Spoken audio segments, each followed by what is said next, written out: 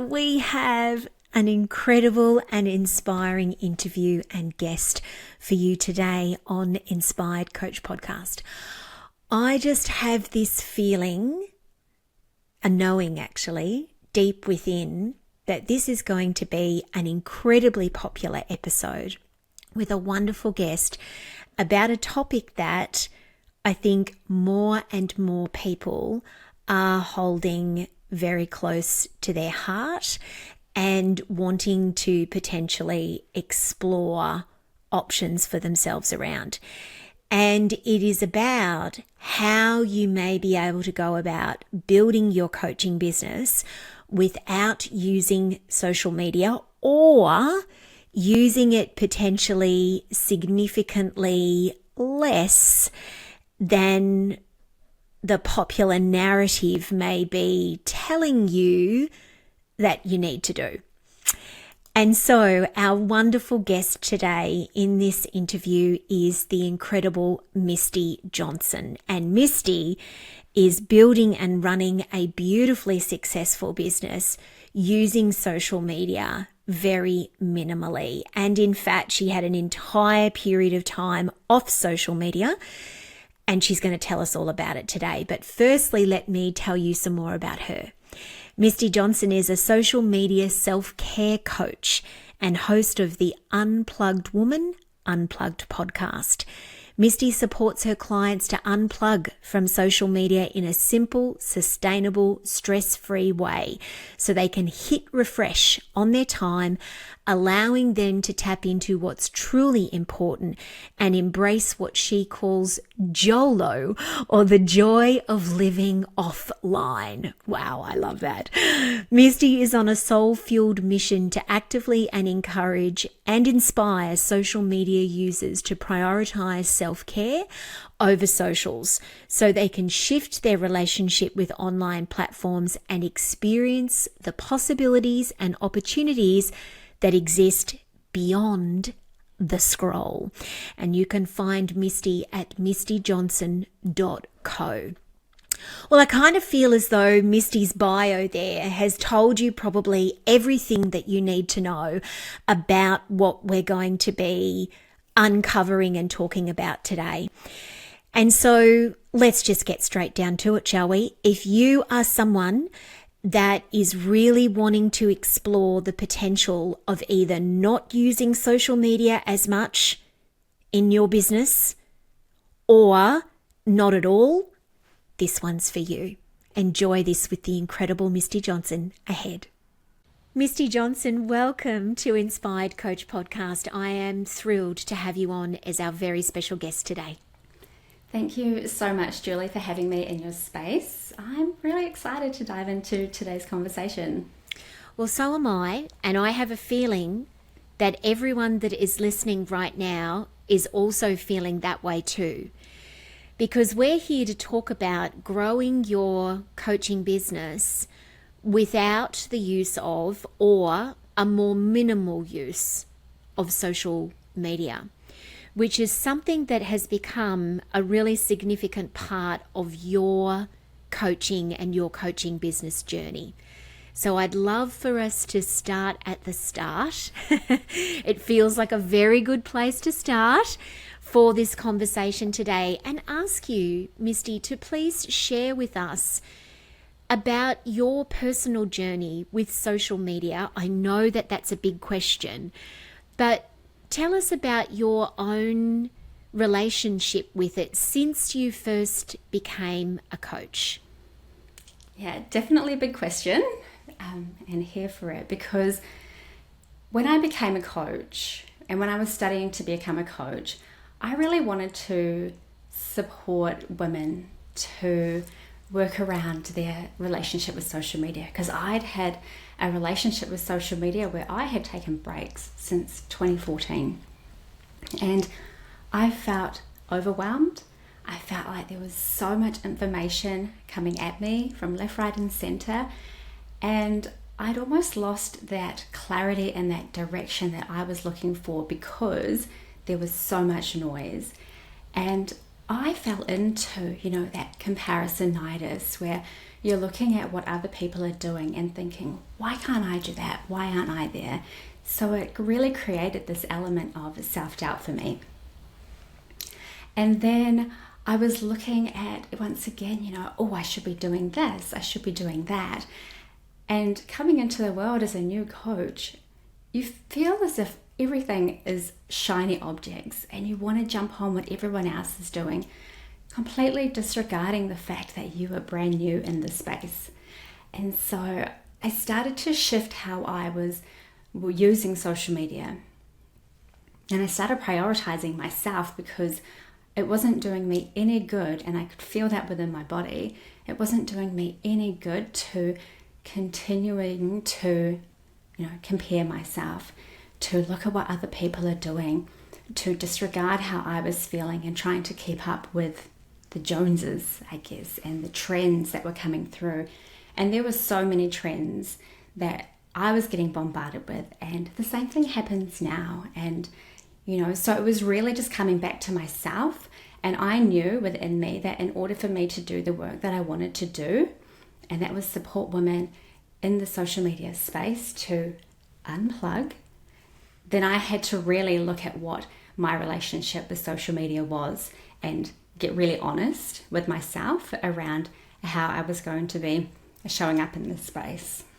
Thank you so much for sharing that. That was a very big question that was really powerfully and potently answered, because I know that everything that you just mentioned there has not just happened in the last few months. That's a journey of many years. And so thank you for sharing that with us. What was the first big shift or change that you made, Misty? Like when you noticed to yourself, this is not feeling good to me, I need to shift and change something here. What was it that you decided to do? Because of course there are many things that people can do that could positively shift their relationship with social media. What did you do? I drew a line in the sand, and I decided that I was going to prioritize myself over socials. And so the background to that is that I actually had an intuitive invitation or sacred request, and I woke up one morning and I felt this whisper that said, take a year off socials. And at that point, there was no hesitation in my body. And so I tuned in again, and it said, take a year off socials. And when you have so much noise coming at you and you're overloaded by information all the time, when you hear something like that, or when you feel it, you take note and you listen.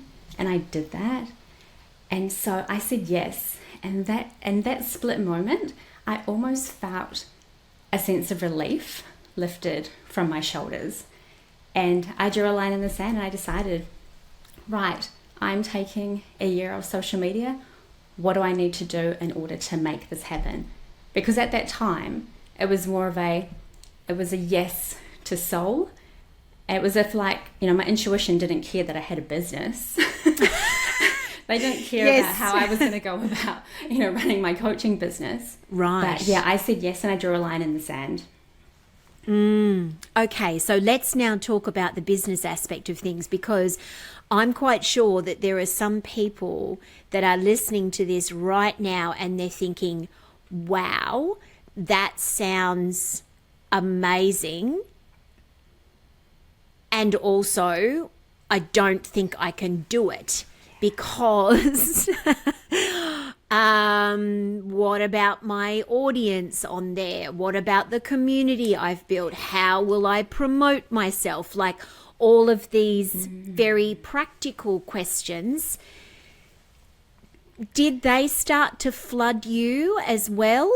Even though you were a clear yes, were these things still circulating for you? They were swirling and I got straight to work, basically. Right, yeah, here we go. Just like any good coach does, into action. That's right. I got straight to work and, I thought about, there was a couple of things that I thought about. The first one was my community. The second thing was, if I'm coming back into this social media space after a year, how do I want to be walking in? What do I want to be walking into? And then the third thing is kind of like the behind the scenes thing. And so I owed it to my community to let them know what I was doing. You know, I wanted to be transparent with them. I wanted them to know the plan about what we were doing, what I was doing, why I was taking this action, and I invited them to come on the journey with me if they wanted to. So I didn't isolate them. I didn't just drop off social media without letting them know, because you know, I really love my community and they've been my biggest cheerleaders. So, and I respect that. And so I took steps to actually prepare myself to come away from social media. And Misty, can I just say with that, for everybody listening, if I can put on my coaching strategist's, 2 decades hat sort of thing, that is the absolute only course of action that was the right course of action as far as comms around that is concerned. You know, where it is possible, of course, sometimes people have accidents or they get injured and or something dramatic and not so amazing happens in people's lives and they're just not able to use or social media suddenly. But if it is a planned thing, the number one thing that you must do, really, and I do use the word must, is that if you have a community on there, it doesn't matter whether it's 5 people, 50 people, 5,000, 50,000 people, you got to tell them what you're up to, because they're used to having heard from you on there in at least some form, whether it, and it could be any social media platform we're talking about here, Instagram, Facebook, whatever it may be. But you have to let folks know what's going on. That's the right and respectful thing to do, and also the smart thing to do from a business perspective, isn't it? Yeah, definitely. And I let my newsletter community know what I was up to before I shared it on social media. So I really nurture my newsletter community and they find out everything before anyone else. And so, informing my community and keeping things transparent with them was the number one thing that I did. The second thing I did is that I future-proofed my social media space. And tell us more. Yeah, and so what I did with that is that I updated my Instagram bio to say, hey, I'm taking a break for an entire year. Here's what I'm doing. This is how you can connect with me away from socials. The second thing I did is that I curated my grid. So anyone landing on my grid, it was almost like a website. So there was like, work with me, about me, start here. Perfect. And then, smart. Yeah, and it because it becomes, people are still going to land there. So you want them to know what's going on. Yeah, of course. Yeah. And 2 things I did that were kind of last minute around social media is that I flicked my profile from public to private, because I didn't want to be walking into a whole lot of spam if I chose to come back into social media a year later. And I didn't want my community to potentially be bombarded and, or overloaded by spam accounts. And so I turned off the comments on my posts because I didn't want people coming into my community and leaving comments and just leaving them hanging. Basically, I didn't want to leave questions or responses unanswered. So I turned off all the comments as well. And I think that was probably one of the, the greatest things I did, was just to really focus on future-proofing that space, because, I go back and I have a look at the content that I created and I love that content. And I wanted to make sure that it was in this container that people, landing on my Instagram page could see without any other bots popping in here and there. So they just had the content in its pure form. Yeah. So smart. I absolutely love that. And understand that it would have taken, even though you sound like at that stage, which is wonderful, very resolved and confident about the decision that you are making, there are layers to this, and even turning comments off is another layer of, this is really shut down. It is here, you can see it, but there is no engagement here. But also, wow, what incredible foresight that you had to think about the fact that if I'm really off here and I'm not just kind of gonna dip in and all that sort of stuff, I need to make sure that this space is going to remain clean, clear, safe, not spammed, that people aren't going, where are you? I've left a message for you. You're not answering me, sort of thing. Yeah. And so you really took it right to where it was like totally shut down. Yeah, and it took me probably about 2 weeks. So I gave myself 2 weeks to prepare all this. And while I was, sorting out my Instagram side of things, it was a really great opportunity for me to also go back and audit things like my website, my freebie opt-in, my newsletter, to make sure that the points of contact that I would have with people away from social media were accessible, available, and they were just on, Yeah. So I just made all that kind of stuff, streamlined. I mean, it's always a good thing to go back in your business and do that, but this was like a good point. Yeah, exactly. So Misty, tell us about the year off. Like, we know why you did it, because your relationship with social media was not feeling great. And so I know that year has now passed. Mm-hmm.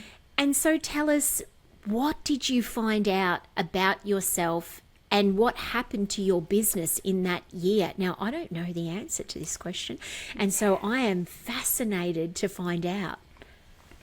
Yeah, such a great question, because one, it ended up being less about what I was doing and more about who I was becoming each month that passed. And so while I did like the most incredible things, I started really to connect back in with what was important for me. And all these little, the breadcrumbs along the way, like I started getting so much clearer and gaining clarity around what it is that I want to do, because I wasn't having these outside influences swaying me. And, I started discerning between the thoughts, feelings, and opinions and emotions that belonged to me and those that belonged to other people that I'd taken on board. And so all these kinds of, mindset things really started to shift for me. I found my natural rhythm without being influenced by hustle this way or go slower this way. And that was probably a benefit that I didn't even realize until a couple of months ago, that I'd found my natural way of working that wasn't influenced. And in all of this, with my business, I just started, as I said at the beginning, just getting to work and taking action, because I bought into a story that I feel like so many of us do, is that if you don't have social media, your business is going to be a failure. If you don't have social media, you're not going to reach people.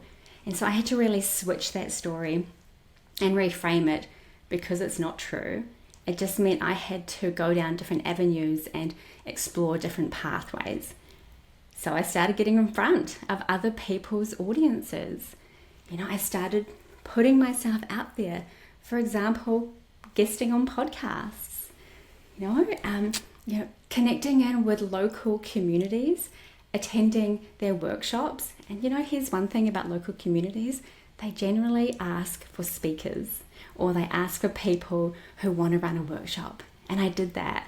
And so I was able to connect and really create relationships just in my own local community, which was amazing. And the other things that I did for my business is that I started talking more about my business and sharing and having conversations with more people, because I had to. I couldn't just write a post and put it up on social media, because another thing I learned is that social media for me gave me a really false sense of productivity, and that I was tick, tick, tick. I created this post, I put it on social media. Yes, my job is done here for the day. And so I had to stop being so passive in my business and start getting really active and doing it in a way that worked for me. And it was the opportunities that presented themselves and the doors that opened when I stopped focusing so much on my screen and what everyone else was doing. Mind-blowing, to say the least. Wow, amazing. Yeah. I'm so happy to hear that. And I knew that at least at some level, this must have been working for you because you're still coaching. You're out there, you're coaching, you're working with people. Here you are on this podcast. You're doing other things, and so you are a living example of somebody who has made a decision to radically shift their relationship with social media and it not blow up your business. Yeah. And it was, and I would have to say that the Unplugged Woman newsletter family, which is my community that I love so much, and I send them a weekly letter. They really were my connection piece. And they were so engaged and they really cheerleaded me along and they were there for the journey. And there was one point where I didn't send out a letter and I had, people in my inbox saying, hey, is everything okay? Where are you? I hope you're all right. And I just wow. Wow. Yeah. So to create and, I guess cultivate that away from social media is so possible. But we just have to be willing to do it and I guess channel our time and energy into things that we want to, grow and build and do in a way that works for us. Absolutely, without question. Thank you, Misty, for sharing all of that with us. So tell me, now that this year is over and you've had all of those learnings from that complete break, where are you now? Because I note, and I think this is important to say, and again, I don't know the answer to this. I'm learning with you as we go along here. You never said, I'm giving up social media. You never said, I'm out. You said, I'm taking a year off. So clearly there was a part of that for you that was experimental. It was like, I'm going to see what happens here. And I love the long period of time you gave yourself, because taking 1 month off socials is very different to taking 4 to 9 to, again, 12. So you never said that you were completely going to give it up. Where are you with it now? Yeah. So I have gone back on to social media, and the reason being, and I know that this was actually a lot easier to decide than I thought it was going to be, because asked me 6 weeks ago and I was adamant that I was not going to be back on social media, and then things started to shift, and there was once again that deep intuitive intuition that said there are people in this space that need what you do, but they don't know that you exist. And by mere virtue of the work that I do, my audience is on social media. Yeah. And so I am back on Instagram with beautiful boundaries, beautiful loving boundaries, but I'm there with so much intention and so much purpose to serve the people that need what I have to share but don't know it exists. That, and even if that is connecting with one person or connecting with 10 people, it doesn't matter to me. It's that impact of having, one person see what I've potentially shared and that land with them. Yeah, exactly. Thank you. I love that. And I really, really like how you're not making excuses or justifications for going back, because I do sometimes see people do that. It's like you get to do whatever you want, and we also get to change our mind, everyone, about things. It's okay to try things and think that a certain pathway is right for us, and then realize, actually, do you know what? It's not. It's just not. Yeah. Tell us more about these. Oh, no, you go ahead. But then I want to talk about these beautiful boundaries. Okay. Because, that's going to be, I need to tap into your heart and your brain about that, because I know people are going to want to know, okay, I'm not ready to give it up, but I am ready to shift my relationship with it, and I'd like it to have more loving boundaries around it. Yeah. And the beautiful thing about, coming back into social media is that I have an entire year of lived experiences. Yes. And aha moments. And another reason I came back is because what good is the knowledge and the experiences and the lessons that I've had over this year if I can't share them, if people can't see what lies for them on the other side of their screen when they look up from their phone. And so I'm also here to share that so people can, take whatever they need from what I've learned, so they don't have to, go through all those steps to get there, but they know what's available for them.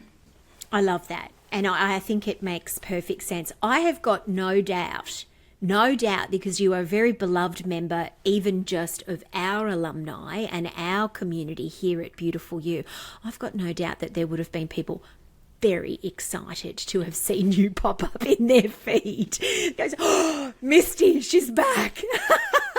The year must be up. This is really exciting. So tell everyone more about these boundaries. So you're back. Mm-hmm.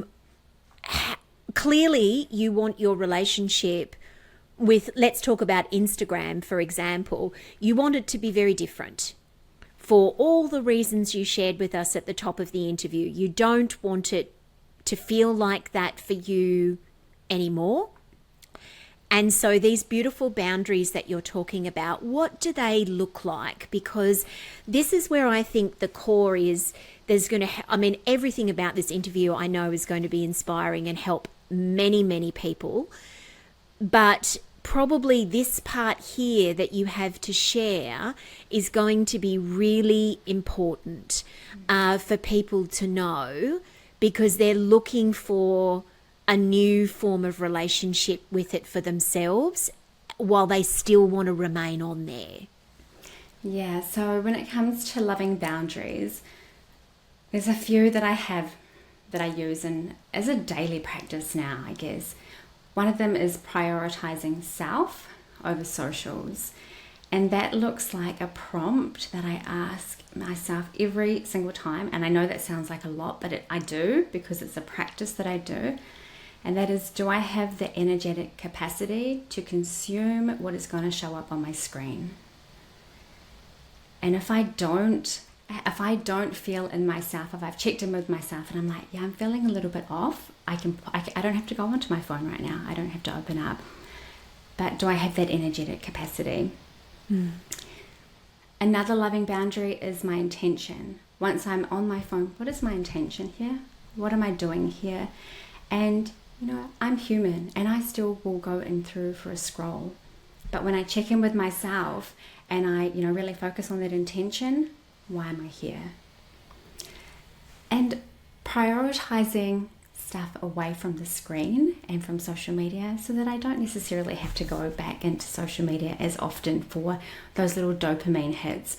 So 2 other things is, I realized on my year off is that everything that I do on social media, I can get that same feeling away from social media. I just have to find out what that feeling is and how I can create that feeling offline.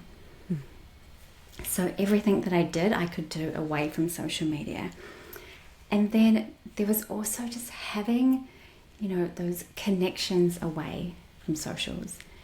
So one thing I hear is, I'm worried that I'm going to lose those relationships, or I'm going to lose those connections I've made on social media. And what I did is that when I started going through my prepping and my future proofing, I went and subscribed to newsletters that I knew I wanted to, hear from.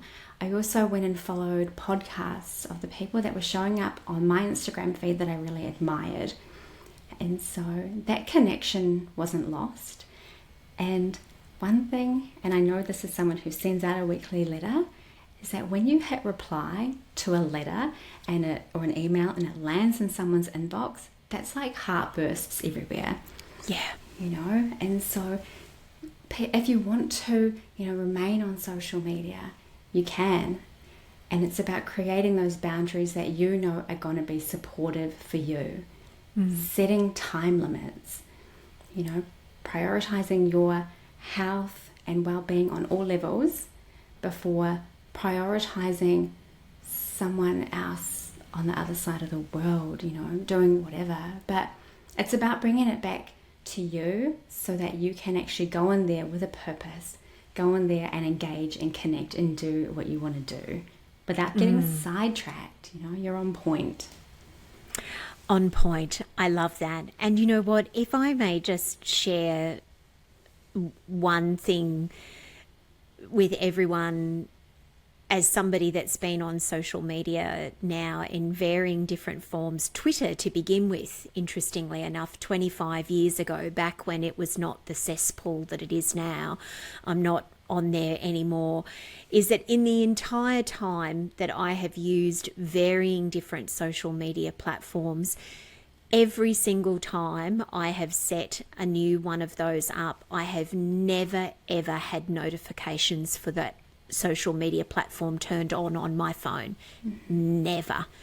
I do not receive any notifications about any platform that I am on.